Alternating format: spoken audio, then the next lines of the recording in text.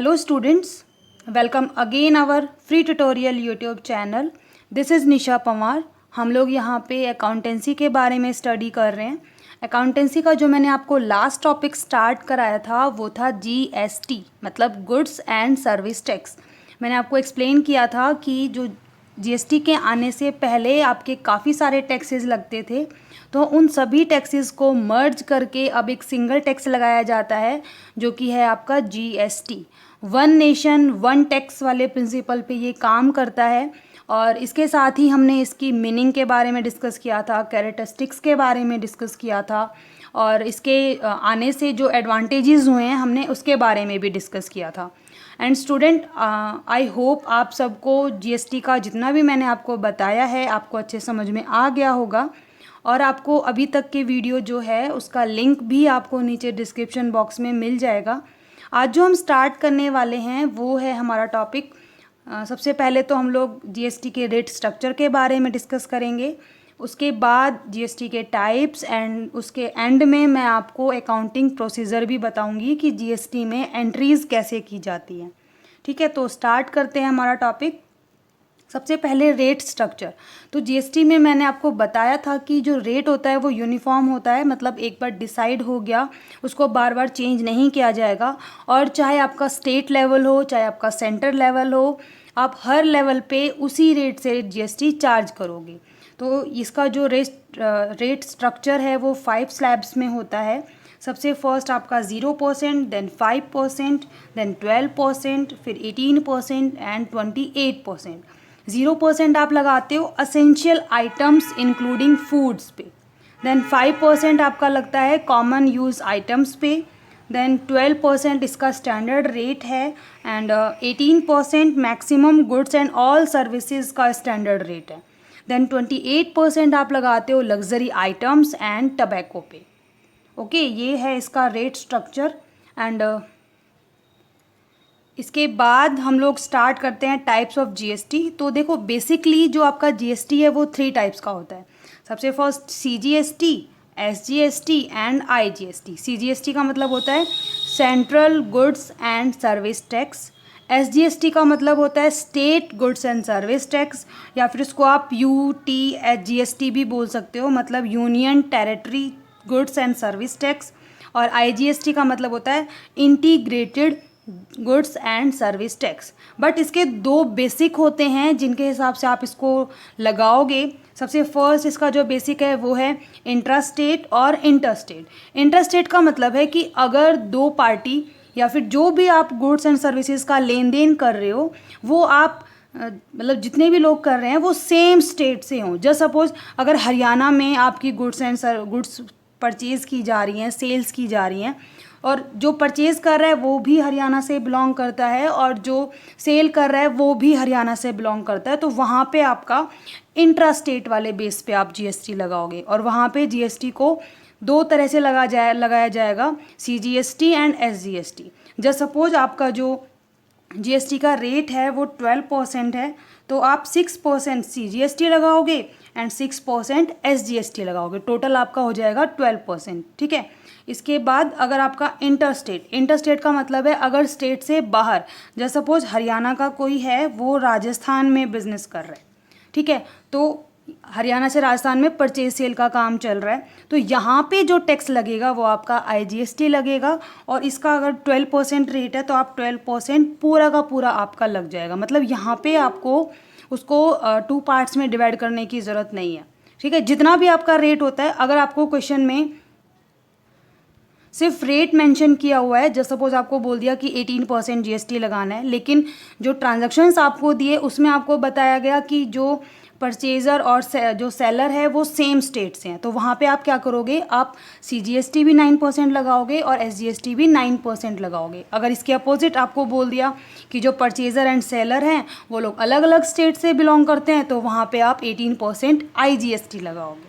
ठीक है, तो ये हमारे टाइप्स थे GST के. इसके बाद हम इसका अकाउंटिंग प्रोसीजर करेंगे कि इसमें अकाउंटिंग एंट्रीज़ आपको कैसे करनी होती है. Now student, accounting procedure of GST. तो सबसे पहले हम लोग इंटरस्टेट के बारे में डिस्कस करते हैं, मतलब जहाँ पे कि हमें सीजीएसटी और एसजीएसटी दोनों लगाने होते हैं, हम उसकी एंट्रीज़ के बारे में डिस्कस करेंगे। तो अगर आपने परचेज़ किया है, ठीक है, परचेज ऑफ गुड्स, अगर आप सेम स्टेट में गुड्स परचेज कर रहे हो, तो देखो जब आप परचेज करते हो, आपने जब अमाउंट पे किया है, तो उस केस में क्या हुआ कि जीएसटी आपको पे करना पड़ेगा। तो जब मैंने आपको इसके बेसिक्स के बारे में बताया था, वहाँ भी बताया था कि जब आप पे करते हो, जब जीएसटी पेड होता है, तो वो हमारे लिए क्या होता है, इनपुट, और जब जीएसटी कलेक्टेड होता है तो वो हमारे लिए होता है आउटपुट। तो परचेज के केस में क्या हो रहा है, आप पे कर रहे हो, आपने गुड्स खरीदी, आपने गुड्स का अमाउंट भी दिया, साथ ही उन गुड्स के ऊपर जितना भी आपका जीएसटी लगा आपने वो पे किया। तो यहाँ पे क्या हो गया, आपका इनपुट, ठीक है। और इंटरस्टेट वाला केस है, तो यहाँ पे आपको सीजीएसटी और एसजीएसटी दोनों लगाने पड़ेंगे। तो एंट्री हमारी, अगर हम जीएसटी नहीं लगाते हैं तो नॉर्मल आपकी गुड्स परचेज करने की एंट्री होती है, परचेज अकाउंट डेबिट टू, अगर आपने कैश और बैंक में पैसे दिए हैं तो वो डाल देते हैं, या फिर अगर आपने किसी क्रेडिटर से लिए हैं, मतलब आपने क्रेडिट पे सामान खरीदा है, तो आप डालते हो क्रेडिटर का नेम, ठीक है। अब यहाँ पे आपको जीएसटी और ऐड करना है। तो इनपुट जीएसटी है हमारे लिए एसेट है, एसेट्स हमारी क्या होती है, हमेशा डेबिट होती है, ठीक है। और इनपुट जीएसटी को आप एज अ एसेट ट्रीट करोगे, तो एंट्री हो जाएगी आपकी परचेज अकाउंट डेबिट, जितना आपने परचेज किया वो अमाउंट, साथ में इनपुट सीजीएसटी अकाउंट डेबिट, जितना आपने जीएसटी कैलकुलेट करके आप डालोगे तो वो अमाउंट आ जाएगा, और input SGST account debit to bank और क्रेडिटर, यहाँ पे जो अमाउंट आएगा उसमें आपका जीएसटी ऐड हो जाएगा। परचेज के साथ input CGST, input SGST add करके तीनों का टोटल अमाउंट आप डालोगे बैंक में, या तो आप पे कर दोगे अपने क्रेडिटर को, या फिर आप उससे उधार में अगर ले रहे हो तो आप क्रेडिटर के नाम से वो एंट्री कर दोगे, ठीक है। तो ये हमारी एंट्री है purchase of goods in case of GST. इसके बाद नेक्स्ट हमारी एंट्री है सेल्स ऑफ गुड। आपने क्या किया, गुड्स की सेल की। तो सेल के लिए हम लोग नॉर्मली क्या एंट्री करते हैं, bank account debit to sales, या फिर अगर आपने उधार में सेल किया है तो डेटर डेबिट टू सेल, ठीक है। सेल करने पे क्या हुआ, आप सेल कर रहे हो, मतलब सामने वाली पार्टी जो है वो आपको जीएसटी पे करेगी। तो यहाँ पे आपने क्या किया, जीएसटी कलेक्ट किया। अब जीएसटी कलेक्टेड क्या है, अब देखो सामने वाली पार्टी ने तो आपको जीएसटी दे दिया, लेकिन वो आगे जाके आपको गवर्नमेंट को पे करना पड़ेगा। तो इसीलिए ये आपके लिए क्या है, लायबिलिटी है, जो कि आपको आगे फ्यूचर में पे करनी है। तो इसके लिए एंट्री क्या हो जाएगी, बैंक अकाउंट डेबिट, अगर आपका क्रेडिट सेल है तो debtor account debit to sales to output CGST and to output SGST. ये हम इंटरस्टेट वाला केस कर रहे हैं, सॉरी इंट्रास्टेट वाला केस कर रहे हैं, इसीलिए हमने सीजीएसटी और एसजीएसटी हमें दोनों लगाने पड़ेंगे, ठीक है।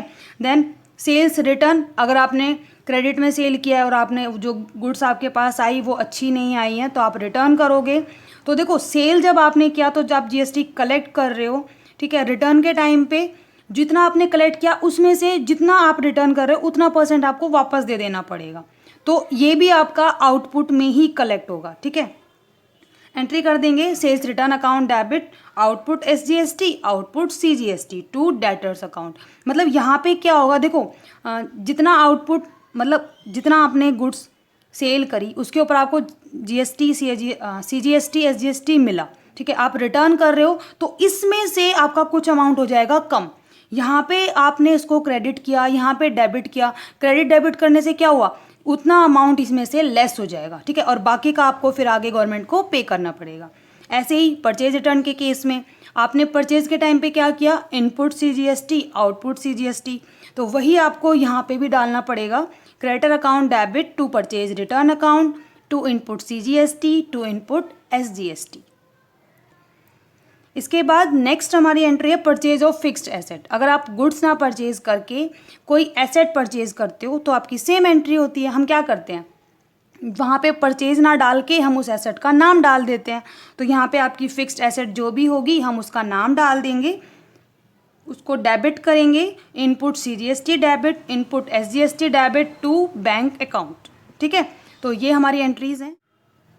एंड नेक्स्ट एंट्री जो हमारी है वो है एक्सपेंसेस की, कि अगर आप कुछ एक्सपेंसेस पे करते हो तो उसके लिए आपकी एंट्री हो जाती है expenses account debit input CGST account debit input SGST account debit to bank account, ठीक है। देखो एक्सपेंसेस एंड परचेज, परचेज का मतलब भी यही होता है कि हमने खर्चा किया और हम अपनी गुड्स लेकर आए, और एक्सपेंसेस का मतलब भी ये है कि किसी ने हमें सर्विस प्रोवाइड की, उसके बदले में हमने उसको कुछ पे किया। तो ठीक है, जो भी हम पेमेंट्स करेंगे, चाहे वो परचेज़ के केस में करें, चाहे हम कुछ एसेट परचेज़ करें या फिर कुछ एक्सपेंसेस पे करें, तो वहाँ पे आपका जाएगा इनपुट। और बाकी जो इनकम आपको रिसीव होती हैं, जैसे सेल करने पे आपको पैसे मिलते हैं और आपकी गुड्स जाती हैं, ऐसे इनकम जब रिसीव होती है तो आपको कुछ इनकम रिसीव होगी, तो उसके लिए आप डालोगे आउटपुट। ठीक है, तो इनकम के लिए एंट्री हो जाएगी bank account debit to income receive, जो भी आपकी इनकम हो, to output CGST account and to output SGST account. Then goods withdrawn for personal use, या फिर इसमें आप अगर आपका loss by fire, loss by theft, या फिर आप एडवर्टीजमेंट देते हो या फ्री सैंपल देते हो, किसी भी चीज़ के लिए अगर आपने अपनी गुड्स दी हैं तो उसके लिए एंट्री वो परचेज़ में आपकी इंक्लूड हो जाएगी। और परचेज़ आपका जहाँ भी होता है वहाँ पे आपकी इनपुट CGST, इनपुट SGST ही लगेगा। ठीक है, तो इसकी एंट्री हो जाएगी drawing account debit to purchase account to input CGST account to input SGST account. अगर ड्राइंग की जगह आप लॉस बाय फायर हो गया तो यहाँ पे लॉस बाय फायर को डेबिट कर देंगे। अगर आपका एडवर्टीजमेंट है तो एडवर्टीजमेंट डेबिट हो जाएगा। ठीक है, इस तरीके से हमारी एंट्रीज हो जाएंगी। उसके बाद क्या होता है, सारी एंट्रीज करने के बाद हमें अपने इनपुट CGST को आउटपुट CGST के अगेंस्ट राइट ऑफ करना होता है। ये मैंने आपको पहले भी बताया था कि इनपुट का मतलब होता है एसेट, मतलब जो हम पे कर चुके हैं, एंड आउटपुट का मतलब होता है लाइबिलिटीज़, जो हमें आगे पे करनी है। तो जितना हम पे कर चुके हैं उतना हमें आउटपुट में से राइट ऑफ करना होता है, या फिर इसको GST के केस में बोलते हैं सेट ऑफ करना। ठीक है, सेटिंग ऑफ करना। तो इसके लिए एंट्री आप करोगे, CGST को आप CGST से ही राइट ऑफ करोगे, SGST को SGST से ही राइट ऑफ करोगे। तो एंट्री आपकी हो जाएगी output CGST account debit to input CGST, and SGST के लिए output SGST account debit to input SGST account. यहाँ पे हमने क्या किया, हमने जितना हमारा इनपुट था उतना हमने लेस कर दिया हमारे आउटपुट में से। अब जब आप लेस कर चुके होते हो तो अब जो आपका बच जाता है वो आपका बच जाएगी सारी आपकी लाइबिलिटी, सारा आपका output SGST and output CGST, और फिर ये हमें हमारी गवर्नमेंट को पे करना होता है। इसके लिए एंट्री हो जाएगी आपकी, जब आप गवर्नमेंट को पे करोगे तो एंट्री आप कर दोगे output CGST account debit, output SGST account debit to bank account. तो स्टूडेंट, ये हमारा सारा अकाउंटिंग प्रोसीजर था GST से रिलेटेड, एंड साथ ही हमने इसके टाइप्स के बारे में डिस्कस किया, इसकी 5 स्लैब्स के बारे में डिस्कस किया। तो अगर आपको आज वाले किसी भी टॉपिक में या फिर आपको कोई एंट्री समझ नहीं आई हो तो आप हमारे कमेंट सेक्शन में कमेंट करके पूछ सकते हैं।